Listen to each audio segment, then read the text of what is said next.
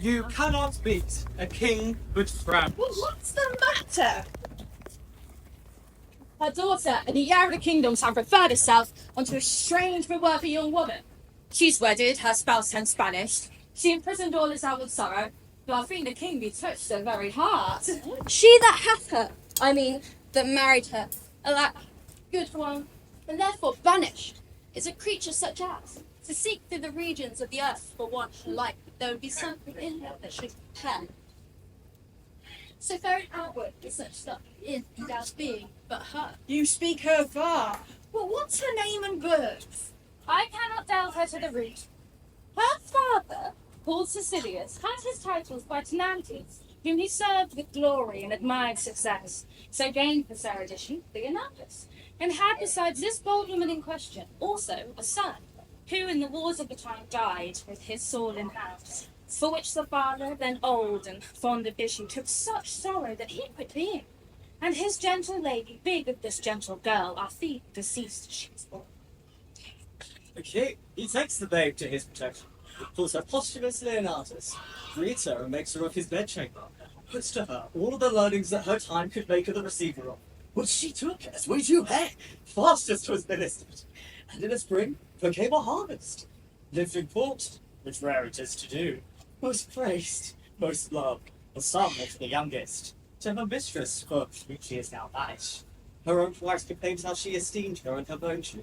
By her election may be truly read, what a singular one she is. I honour her, even out of your report. We must forbear. Here comes the banished and princess. Welcome to Cymbeline Theatre. This is a proof of concept and a work in progress, an educational experience for all involved, presented in an open rehearsal format in 2 parts, inspired in part by the RSC's own Henry VI, Part 1 Open Rehearsal Project, as well as John Barton's immortal 1982 TV series, Famed Shakespeare. And there's another layer. We are a company of queer and trans people. Shakespeare is as much ours as it is anyone's. Indeed, some believe that Shakespeare may have been one of our like.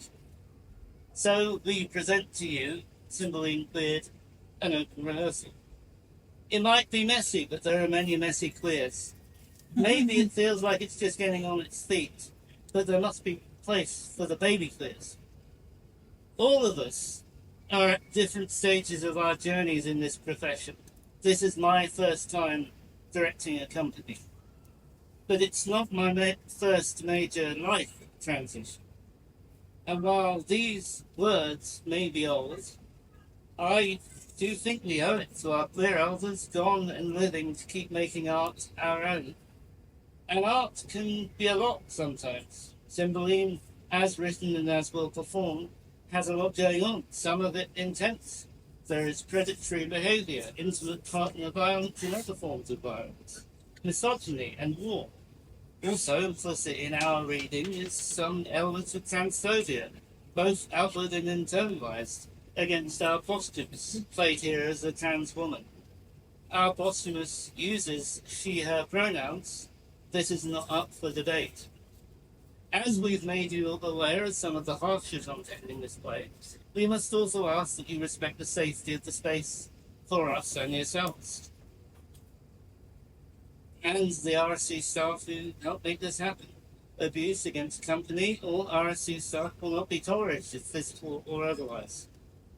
As with every open stage performance, and the RSC has facilitated throughout the summer, these are chilled performances.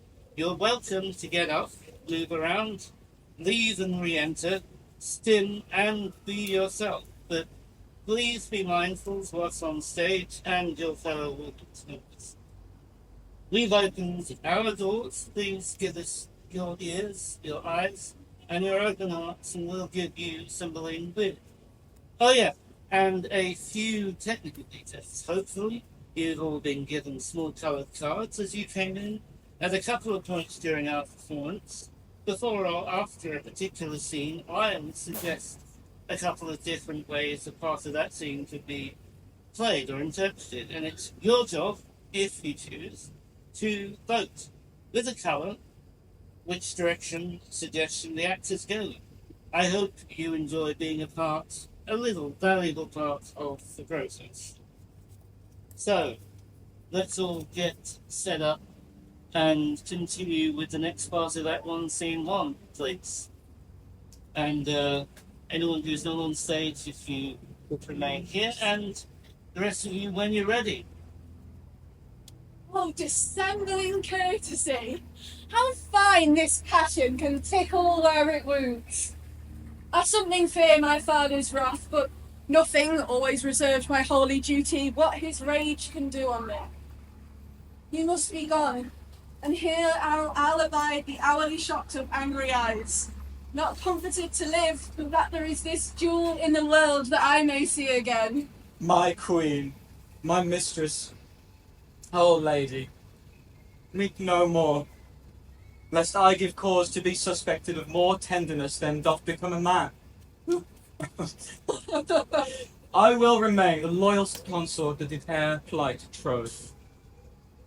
My residence in Rome, at one Philario's, who to my father was a friend, to me known but by letter, thither write, my queen. With mine eyes I'll drink the words you send, though ink be made of gall. Should we be taking leave as longer term as yet it have to live, the loathness to depart would grow. Adieu. No. Stay a little. Were you but riding forth to air yourself, such parting were too petty. Look here, love. This diamond was my mother's. Take it, part, but keep it till you woo another wife when Innogen is dead. How? How another? You gentle gods, give me but this I have, and sear up my embracements from a next with bonds of death. Look, remain thou here while sense can keep it on. And, sweetest, fairest, as I my poor self did exchange for you, to your so infinite loss, so in our trifles I still win of you. For my sake, wear this, it is a manacle of love, place it upon this fairest prisoner. Oh, the gods, when shall we see again? The gods protect you, and bless the good remainders of this court. I am gone. There cannot be a pinch in death more sharp than this is. And my lord, the king, I am senseless to his wrath. A touch more rare subdues all pangs, all fears. It is his fault that I have loved Posthumus.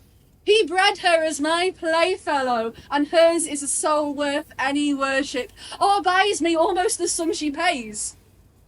Would I were a neat herd squire, and my Leonatus the neighbour shepherd's bairn. How now, sir? What news? Why came you from your mistress? Oh, on her command. She would not suffer me to bring her to the haven.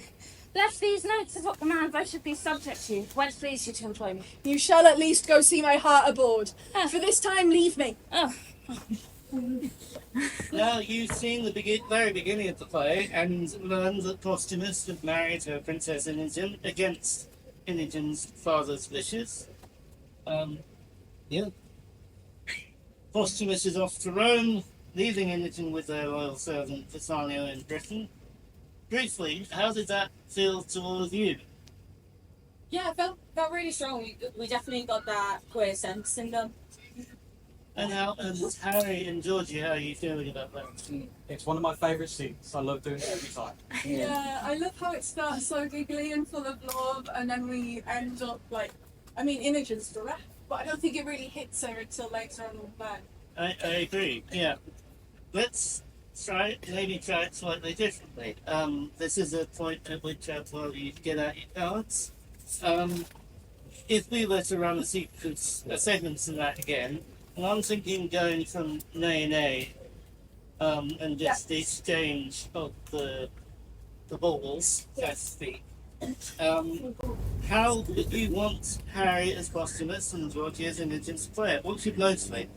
and you have two choices, and I'm going to say pink is Innogen really, really wants to leave with Posthumus, or blue, Posthumus wants vengeance against Cymbeline.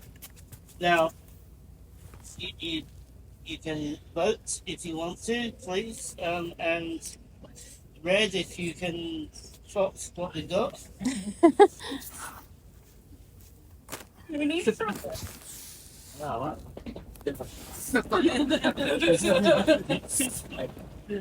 right, what do we got? looking quite pink. Pink. Okay, that's Georgie. You really, really, really want to leave the foster dog. Right, so that would be. How do you? Nay! Stay a little! Where you got riding forced to air yourself? Such parting were too petty. Look here, love. This diamond was my mother's. Take it, heart, but keep it till you woo another wife. When Innogen is dead. Oh, another. You gentle gods, give me but this I have. And sear up my embracements from a next with bonds of death.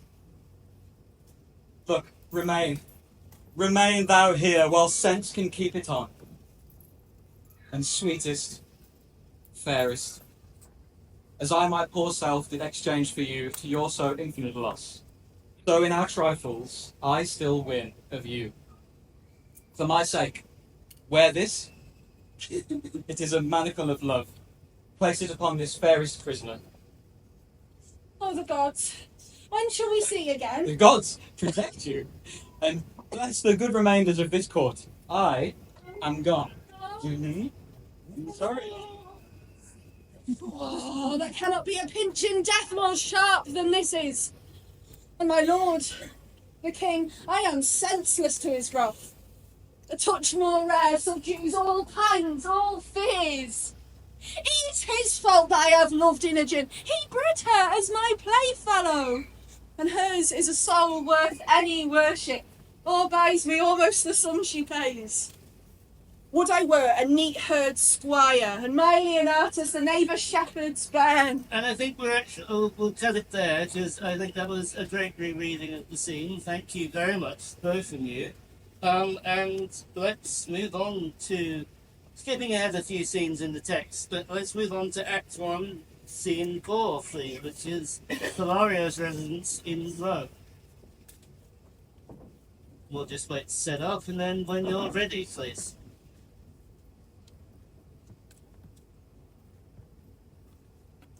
Believe it, sir.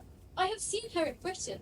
She was then of a boyish and expected to prove so worthy as since she had been allowed the name of.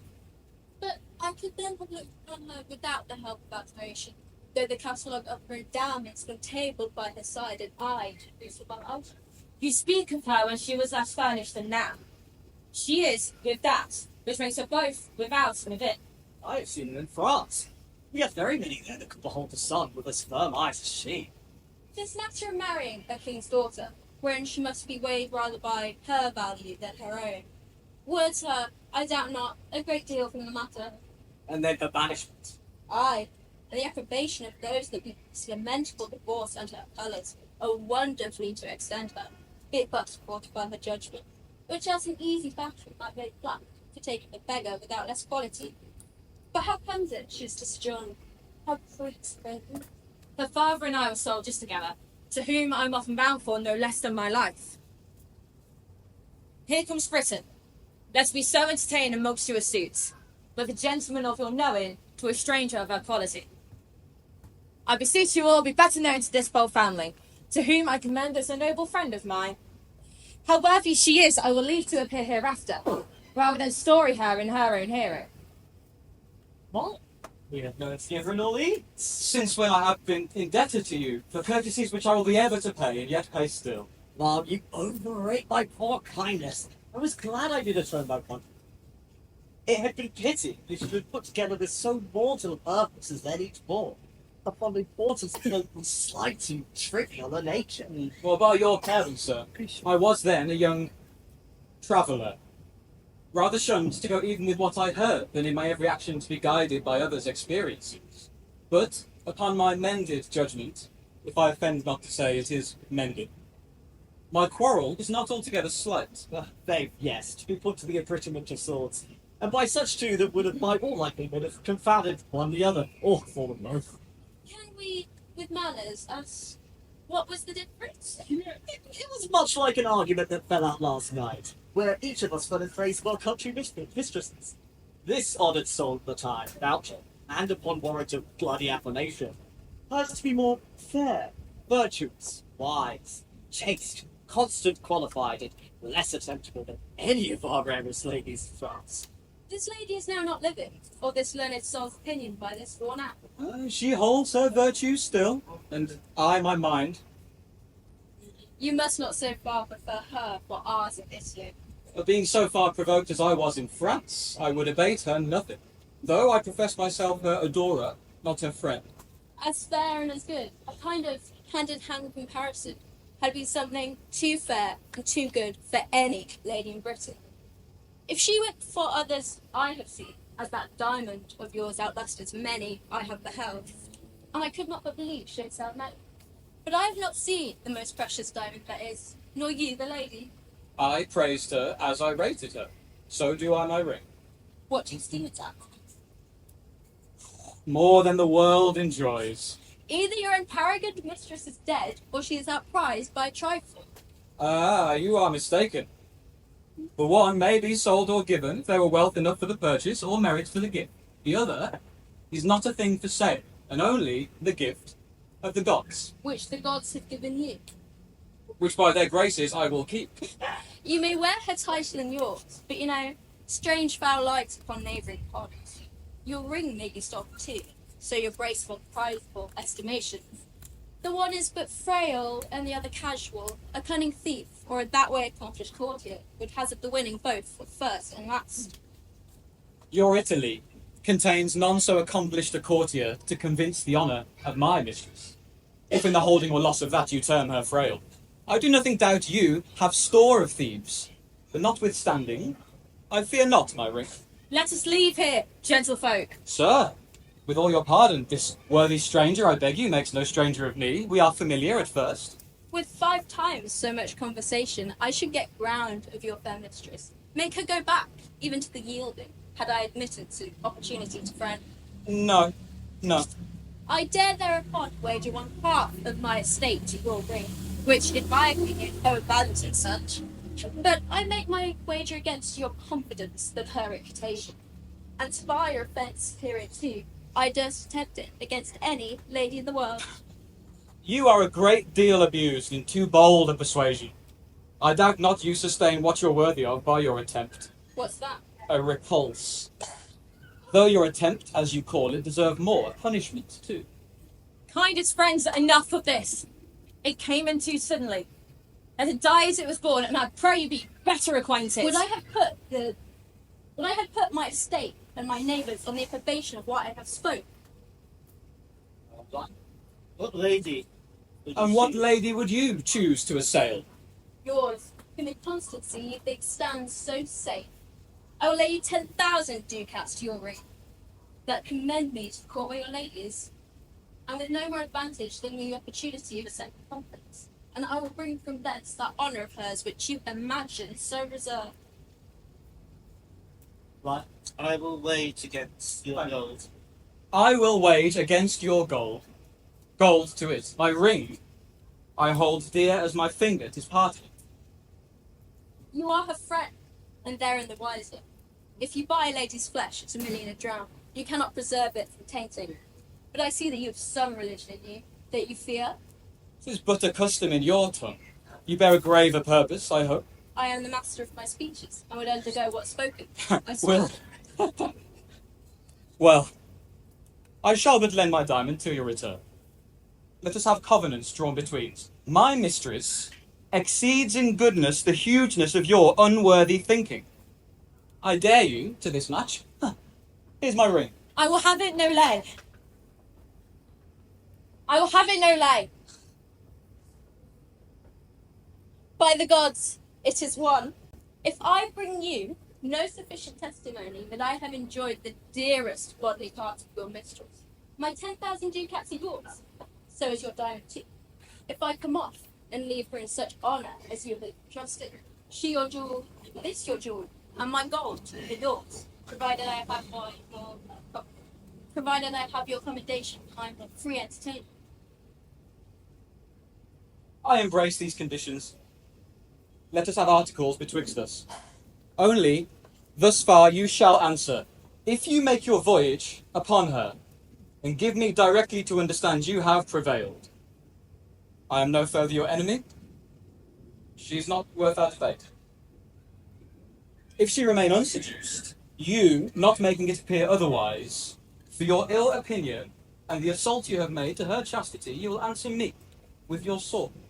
Your hand in the pocket. We will have these things set down by Lord Council straight away for Britain, lest the bargain should catch cold and starve. I will fetch my gold and have 2 wages for Roy. Agreed.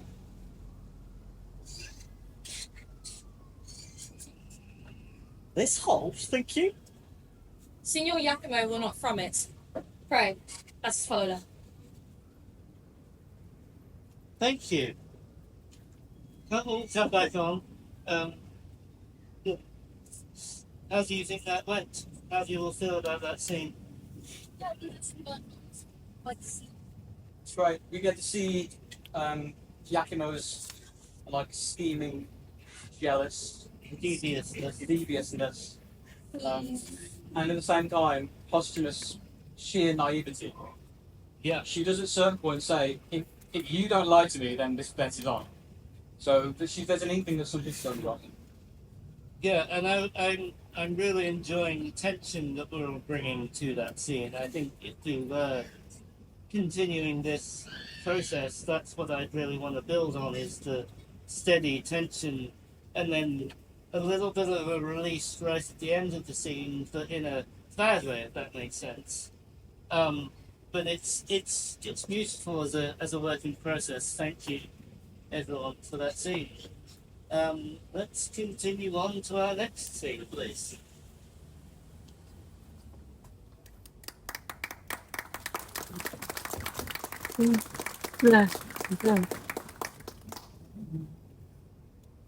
And when you're ready, yeah.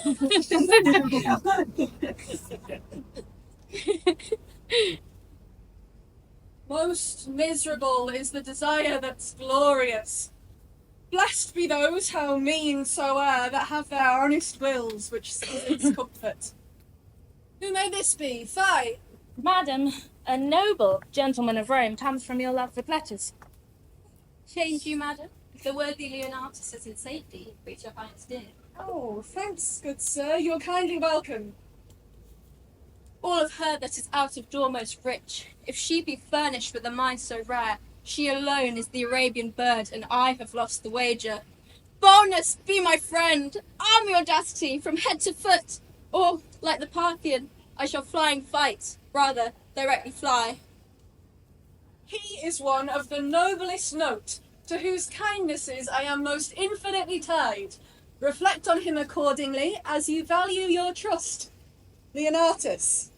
So far I read aloud, but even the very middle of my heart is warmed by the rest, and takes it thankfully. You are as welcome, worthy sir, as I have words to bid you, and shall find it so in all that I can do. Thanks, fairest lady. What? Are men mad? Hath nature given them eyes to see this vaulted arch and rich crop of sea and land, which can distinguish twixt the fiery orbs above and the twin stones upon the unnumbered beach? And can we not partition make with spectacles so precious twixt fair and foul? What makes your admiration? It cannot be in the eye, for apes and monkeys twixt two such sheaves would chatter this way and contend with mows the other.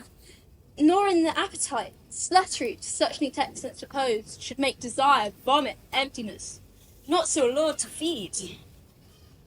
What is the matter? Trow, The toyed will, that satiate yet unsatisfied desire, that tub both filled and running, ravening first the land, longs after for the garbage. what, dear sir, thus raps you? Are you well? Thanks, madam. Well, Beseech you, sir, desire my boy's abode where I do leave him. He is strange and peevish. I was going, sir, to give him welcome. Continues well, my heart. Her health, beseech you. Well, madam, Is she disposed to mirth? I hope she is. exceeding pleasant. There is none a stranger there, so merry and so gamesome. She's called Britain Reveller. When she was here, she did incline to sadness, though oft times not knowing why.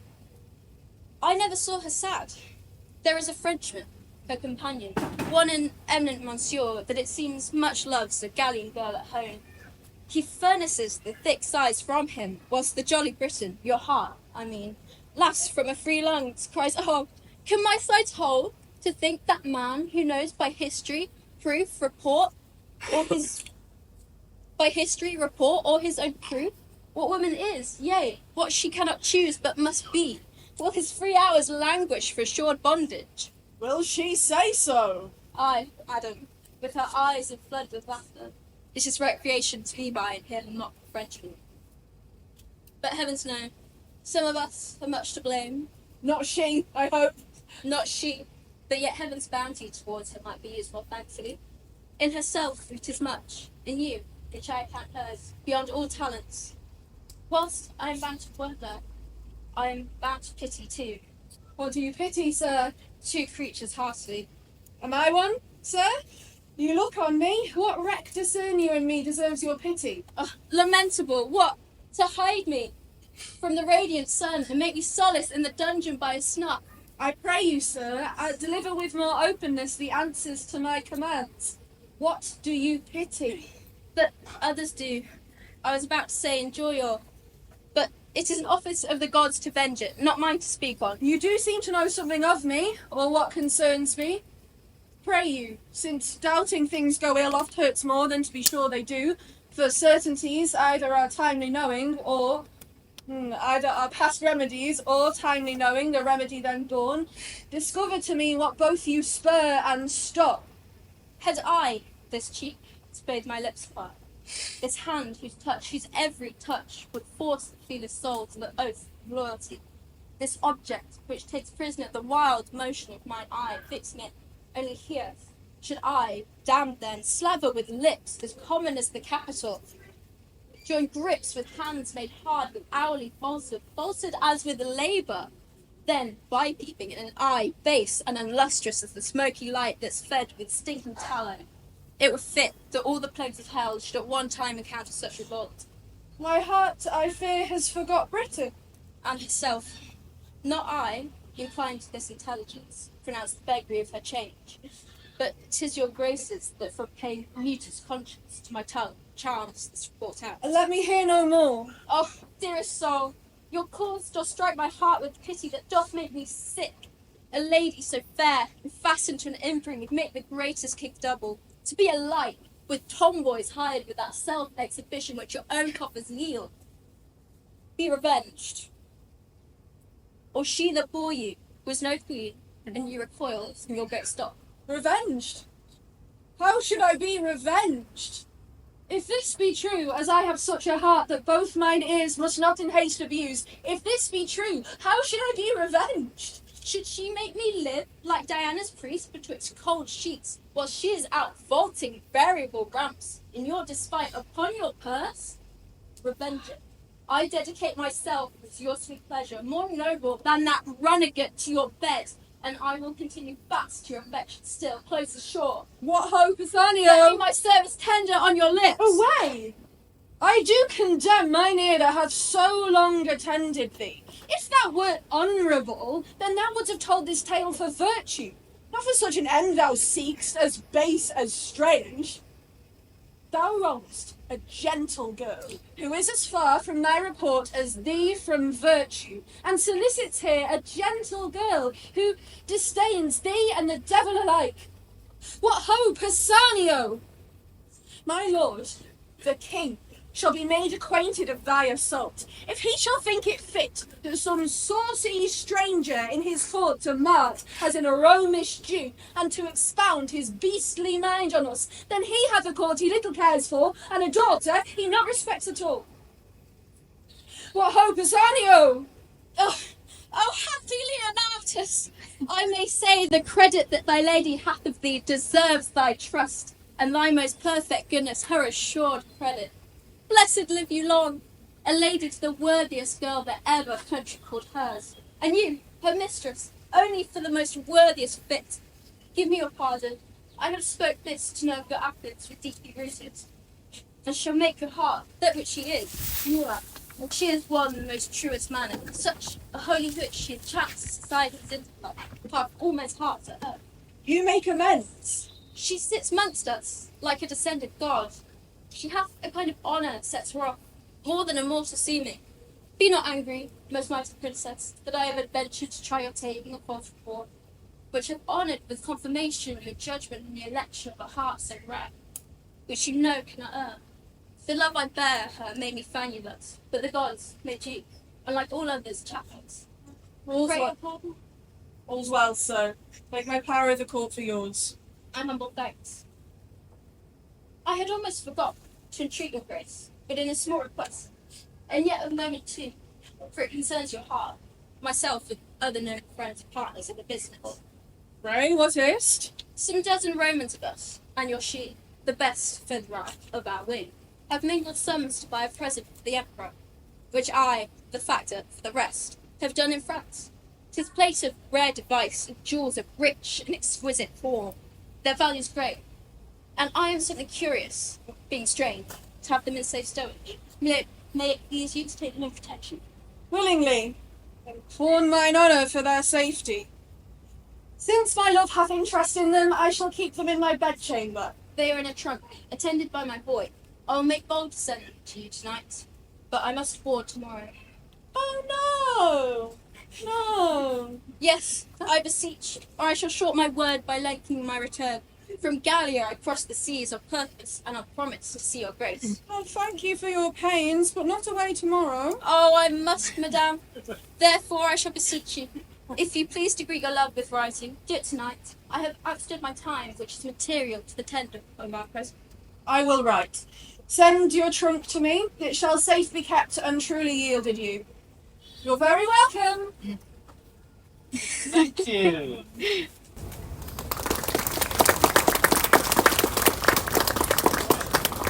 Thank you, Miss Hill, about this. How do you feel about series of like kind of progressive 5 feet technology?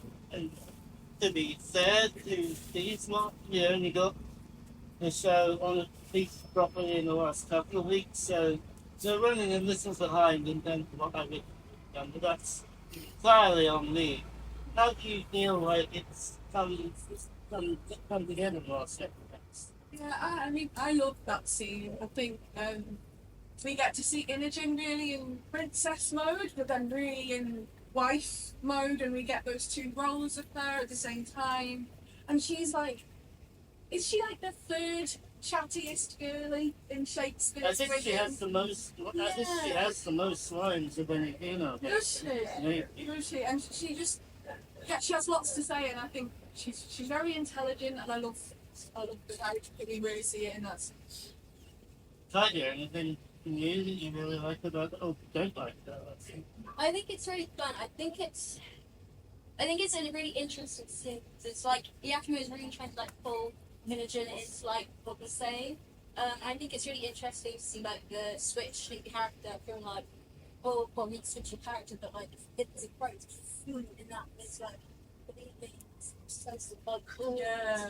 and then it's like a quite harsh 180. Yeah. Oh well. Yeah, it really turns on the news. And sort of going speaking to that, this is another time I've not yet this audience. I would love to. I think we would go back to Innogen's like the way I do from then my years. So set up. But let me just remind you. So what I love everyone in the audience to tell us or tell our cast is really whether or not Innogen believes Tiger's Iachimo's about face. So let's go with pink for, and we're gonna go for the extremes this time. Not like You did it nice and subtly there, relatively speaking, just now. But let's go with pink for like 100% convinced, and blue for not at all. Alright?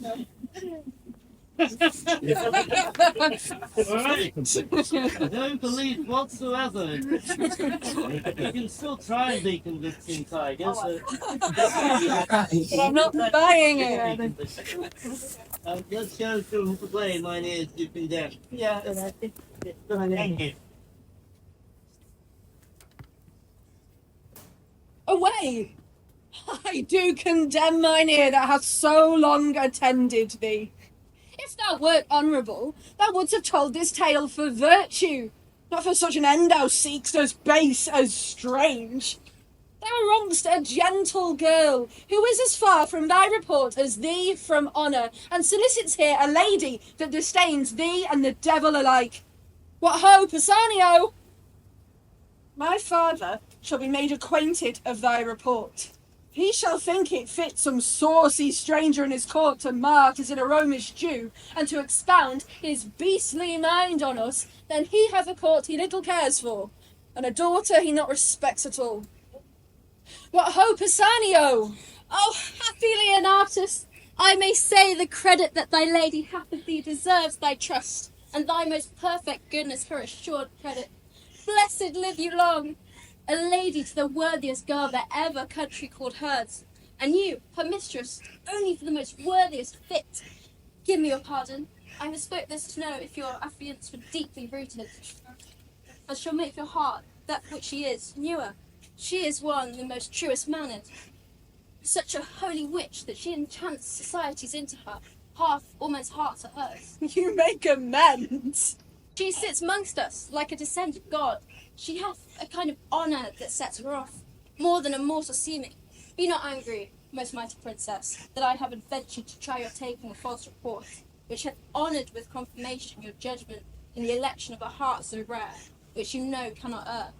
The love I bear her made me fan you thus, but the gods made you, unlike all others, chafflers. Pray your pardon? All's well, sir. Take my power of the court for yours. My humble thanks.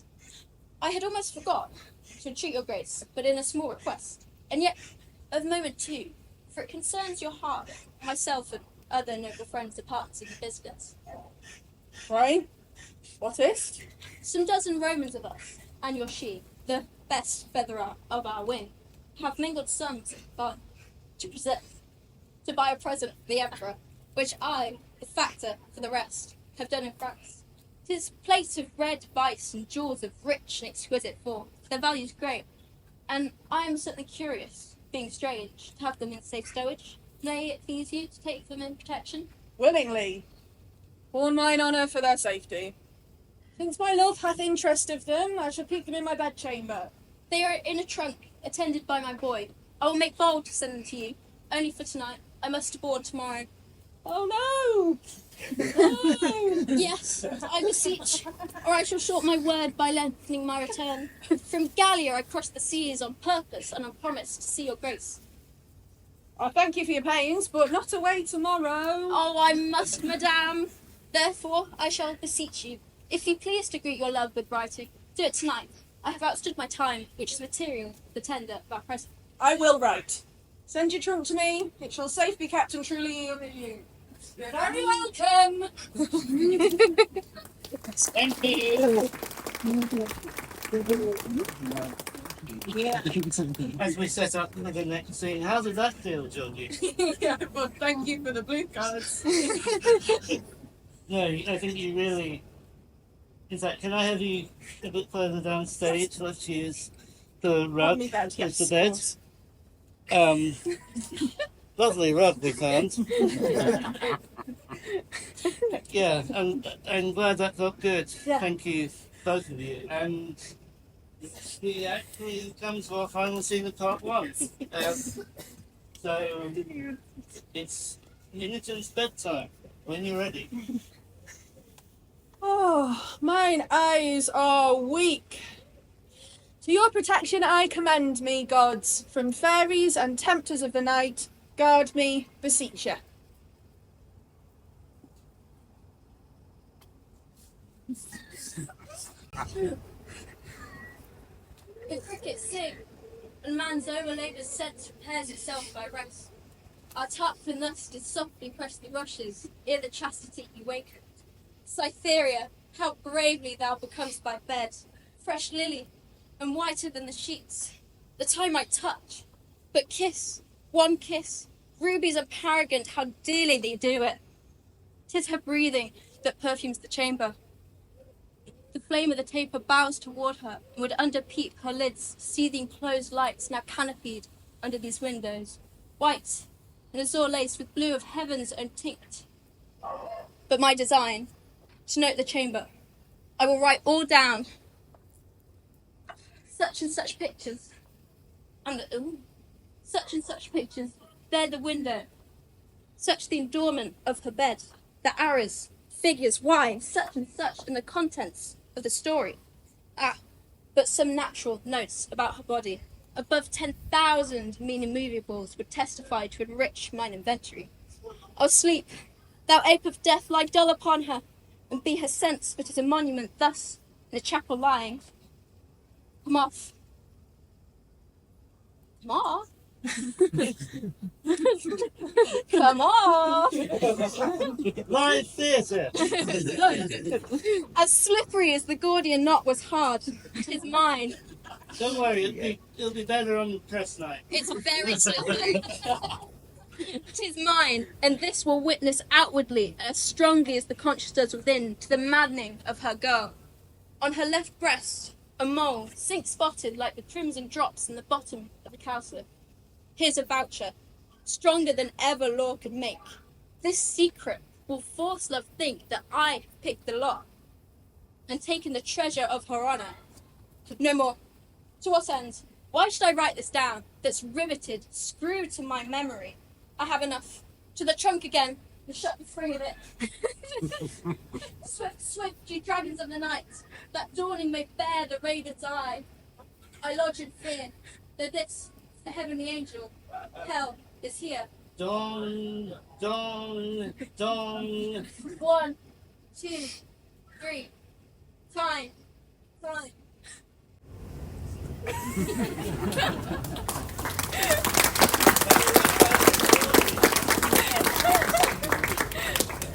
With literally everyone's permission in this space, I would love to try something. Little peek behind the curtain. Our part 2 is running long, and we need to cut some stuff. So I'm actually wondering if our next scene partners can go ahead. Do you feel like you can do Philario 2 now? Yeah. So if you can please set up for that. I'll do this. And then we might have some more time in part 2. Thank you.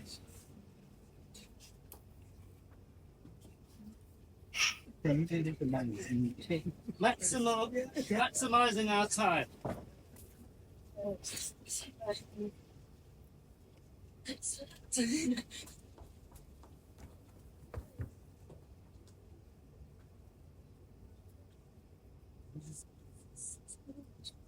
And when you're ready. Fear it not, sir. I would I were so sure to win the king as I am bold. Her honour will remain hers. What means do you make to him? Not any, but abide the change of time. Quake in the present winter's state, and wish that warmer days would come. In these seared hopes I barely gratify your love, but they failing, I must die much your debtor. Your very goodness and your company overpays all I can do. Iachimo! Ah, swiftest Oh yeah, heart. we've changed Iachimo's now. We've changed. Yeah. So when this was going to start part 2, it would have made a bit more sense, but both of them... I am now Iachimo. Tiger is now Philario. Thank you for your understanding. The swiftest hearts have posted you by land, and winds of all the corners kissed your sails to make your vessel nimble. Welcome, sir. I hope the briefness of your answer made the speediness of your return. Your lady is one of the fairest I've looked upon. Therewith all the best? Or let her beauty look through a casement to allure false hearts and be false with them? Here are letters for you. Their tenor good, I trust? 'Tis very like. Sparkles the stone. Sparkles this stone as it was wont? Or is not too dull for your good wearing? If I had lost it, I should have lost its worth of it in gold. I'll make a journey twice as far to enjoy a second night of such sweet shortness which was mine in Britain. For the ring as well. The stone's too hard to come by. Not a whit, your lady being ever so easy.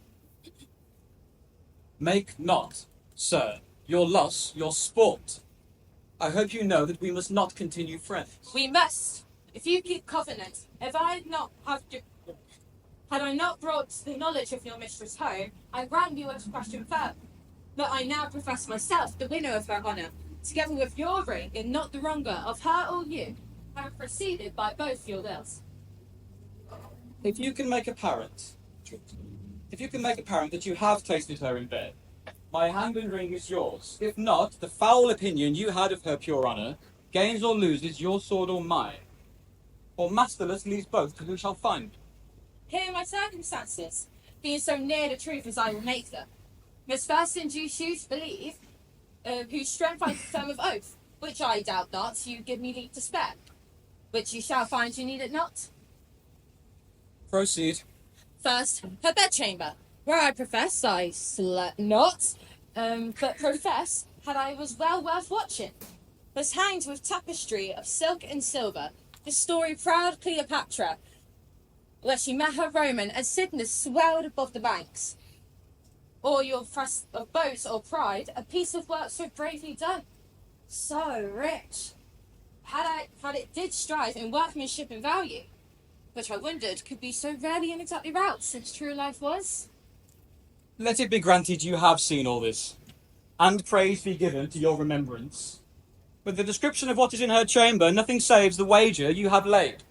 Then, if you can, be pale. I beg but leave to air this jewelry, and 'tis up again. It must be married to that your diamond. I'll keep them. By Jove, let me behold it once again. Is it that which she left with me? Yea, I thank her that. She stripped it from her arm. I see her, yes. Her pretty action did outsell her gift, and yet enriched it too. She gave it to me and said she prized it once.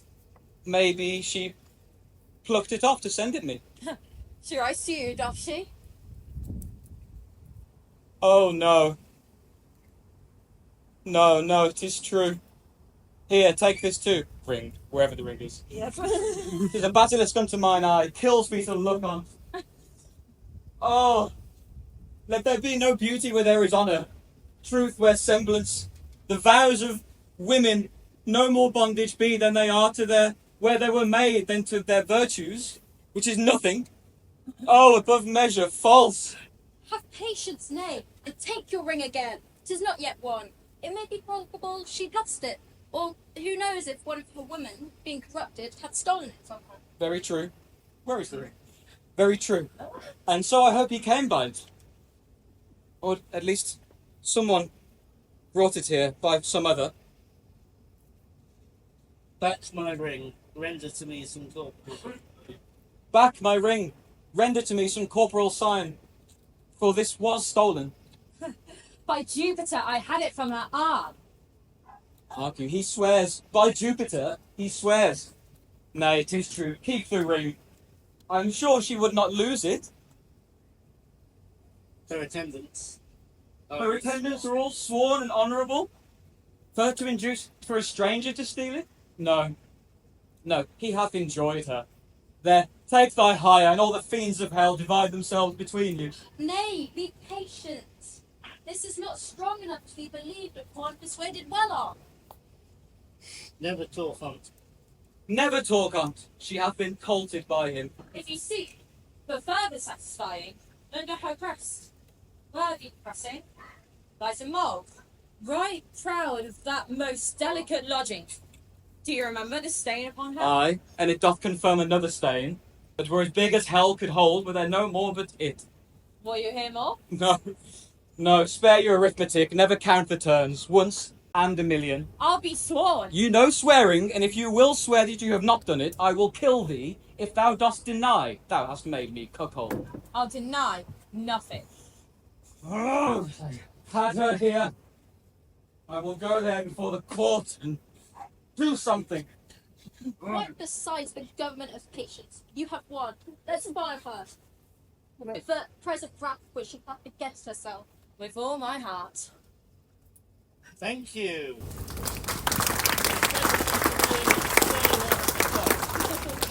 Return when you're ready. Oh, there you are, yeah. Continue. Let's carry on. Yeah.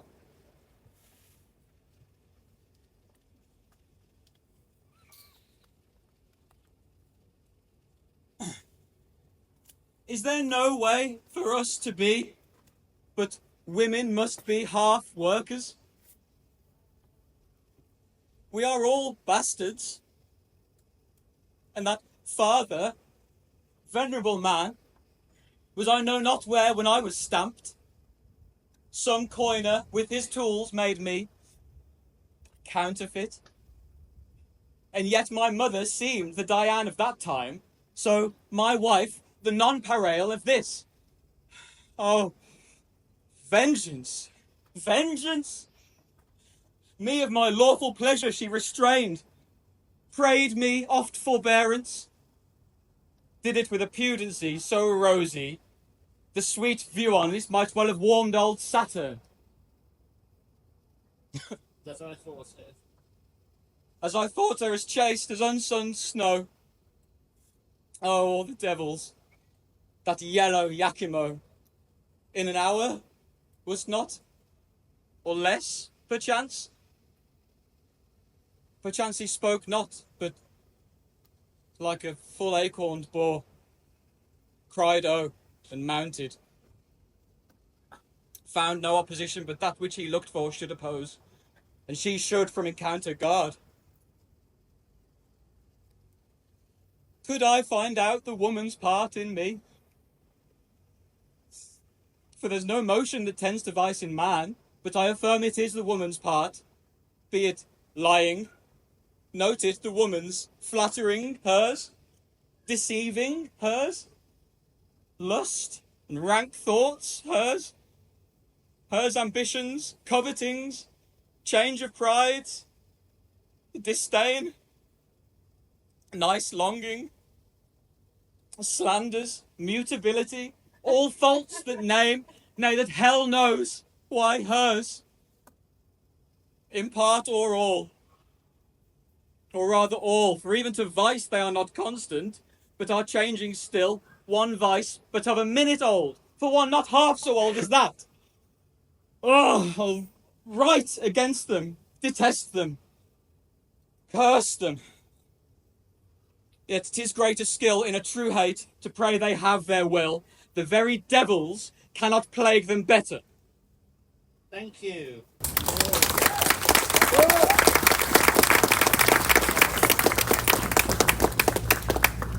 How do you feel with that? Well, sort of bit like. That's one of my favourite monologues. In the original script, it's clearly very externalised misogyny. Yeah. Posthumus, as a male character, feels victimised, but in our version, because we're playing Posthumus as a trans woman, that monologue stood out to me as a way to internalise a lot of that misogyny and make it about sort of, I guess, self-hatred. And we discussed it and came to the idea that it's best to keep the language as is. Yeah. Because then it gives you that extra dimension. It's amazing, yeah. Keeping the same language, learning how to play it. Yeah. Thanks. Well, thank you very much. We are going to close part 1 here, and anyone who has not yet got a ticket for part 2, you are very welcome to come along if you want to. There is more to come. Thank you so much for joining us for part 1, and we will see you in a bit.